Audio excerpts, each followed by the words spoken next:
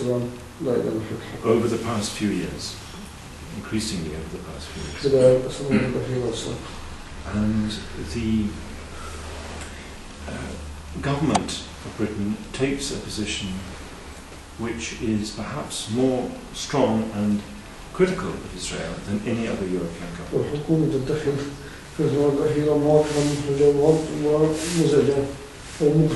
And certainly more critical than the United States. And I think the present government in Britain, with Gordon Brown as Prime Minister and David Miliband as our Foreign Secretary, they have been very clear, exceptionally clear about what is our view. Our view is that there must be, of course, respect for the dignity and human rights and political rights of the Palestinians.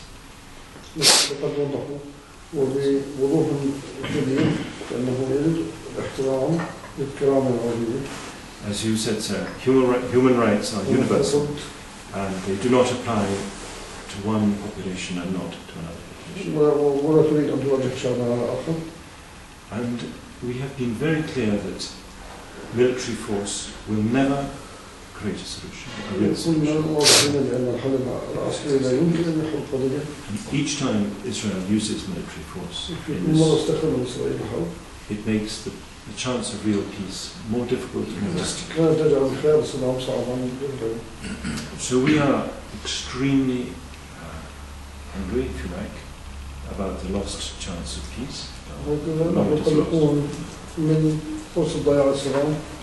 But above all, for the human suffering and distress that is caused. Like you, we feel the same way. We see the pictures of the civilians, the young children being killed and deported. I was ambassador in Lebanon at the time of the Israeli war in Lebanon in 2006. Which was terrible. محمود سحبتك في الحرب.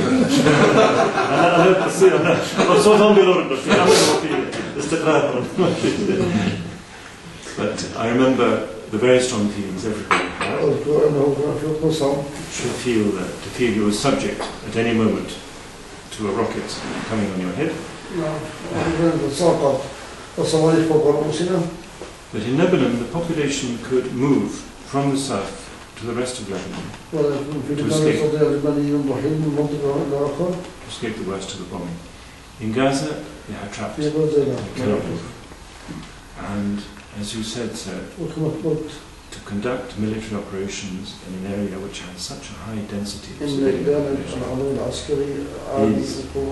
is for us inexplicable. We could not conceive, we could not think of doing that against our worst enemy. And I think the laws of war and the standards of treatment of civilians in combat were set by international law.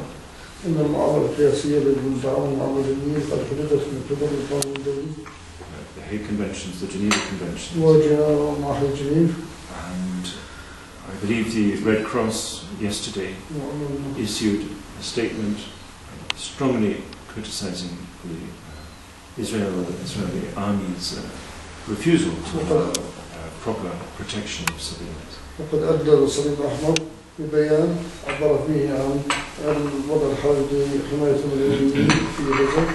So we feel very strongly this is a humanitarian disaster. It is deeply unjust. It is a deprivation of the most basic rights of the and we think it's a disaster for the hopes of peace as well, the settlement. I'm saying this because it's not just my personal opinion, it is the view of my Prime Minister, my Foreign Secretary, the government.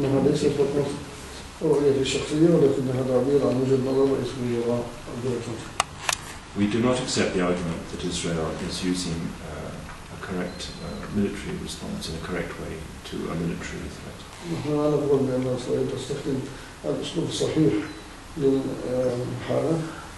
The solution for the problem of the Hamas rockets on Israel is a political solution, not a military. It's political. We recognize that Israel has the right to defend itself. But the defense has to be proportionate and reasonable. And above all, it has to have the right effect. And I don't think, nobody believes that this military action will end the problems that Israel has with Hamas or with its Palestinians. So we sympathize completely with your position. We find ourselves very frustrated.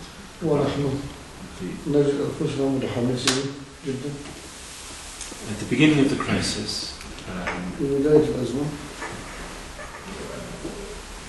Dr. Condoleezza Rice wanted to move very quickly for a ceasefire. So did Britain. We felt very strongly about it. And we have good friends in Jordan and other countries. We're ready to use the Security Council to move very fast to impose a ceasefire. Unfortunately, the Israelis refused any respect for the Security Council and tried to prevent any action in the Security Council.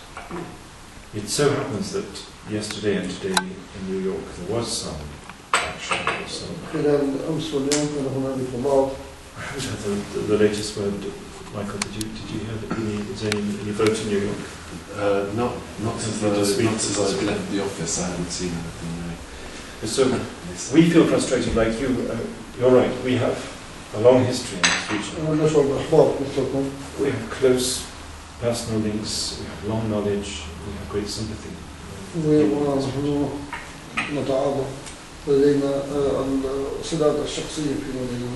And yet, as history of the last 40, 60, 70, 80 years shows, we cannot, by ourselves, we cannot achieve progress or good results in the face of determination by Israel, a resolution to keep fighting.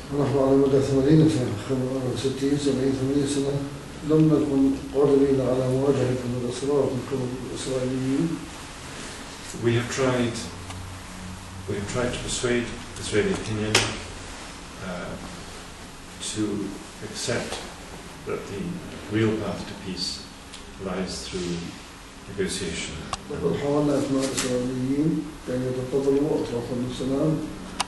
I have to say that the peace camp in Israel is smaller than before.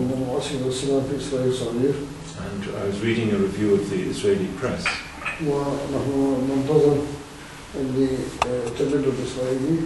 And specifically how they view Britain's role in this crisis.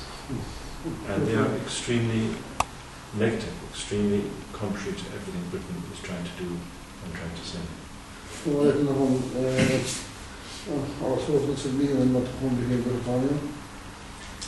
So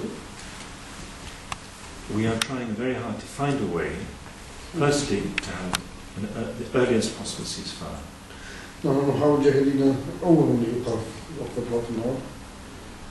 Ideally, it would be the first day. But the Israelis insist that they will not stop fighting until they have been given some assurances.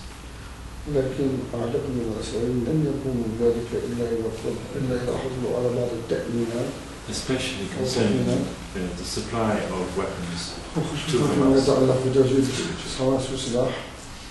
Okay, this is a reasonable request. As if it is part of a bigger solution. And the bigger solution must include at its center the negotiation of permanent peace between Israel and its Palestinian neighbors.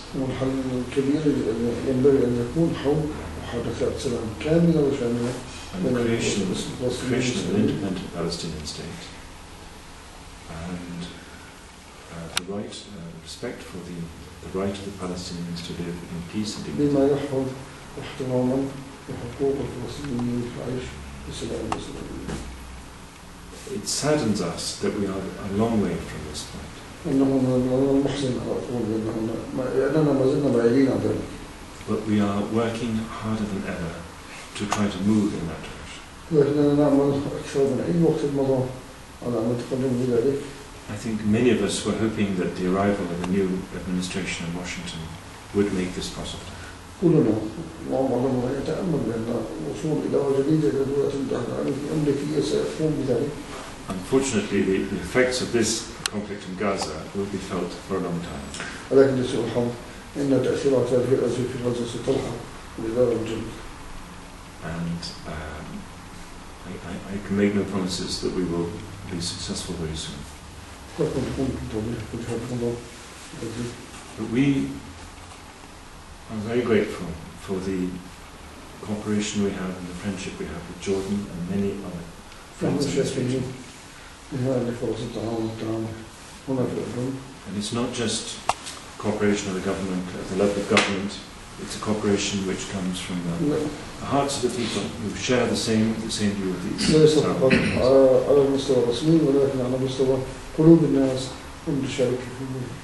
I hope you have contacts with British Muslim charitable organisations. Do you have links with Muslim charities in Britain? قمتم بالاتصال بجمعية الإسلام المسلمين في بريطانيا؟ Not for this. Not for this. No. They have been very active and very reasonable. And they see it as very important that the political arguments, political case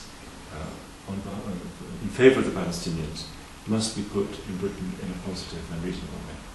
وأنهم يعتقدون بأن القضية الفلسطينية يجب أن توضع سياسيا بطريقة منطقية سليمة. Because the Israelis and the Jewish population in Britain are always quick to accuse the Muslim organisations of being extremist. لأن الإعلام الصهيوني سريع جدا في عملية اتهام المسلمين. So, in fact, I was reading a report yesterday of a meeting like this of Muslim charitable organisations who called on the minister. And they were extremely good, and he was extremely good. There was a great understanding between them.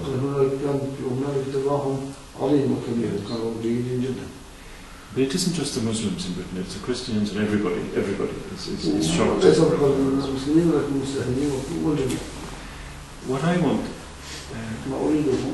is that this sympathy and support is recognized as for what it is. It's real.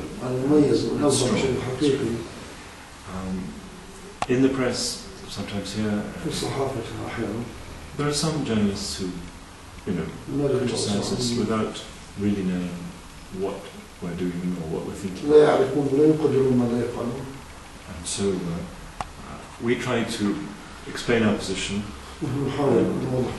It's very easy, gentlemen such as yourselves, when you're so kind as to come to my house and discuss these matters. I'm very happy to have this opportunity to speak to you and to hear your views. Give you mine. سعادة السفير إضافة بسيطة اللي تفضلت فيه طبعا شيء طيب وممتاز.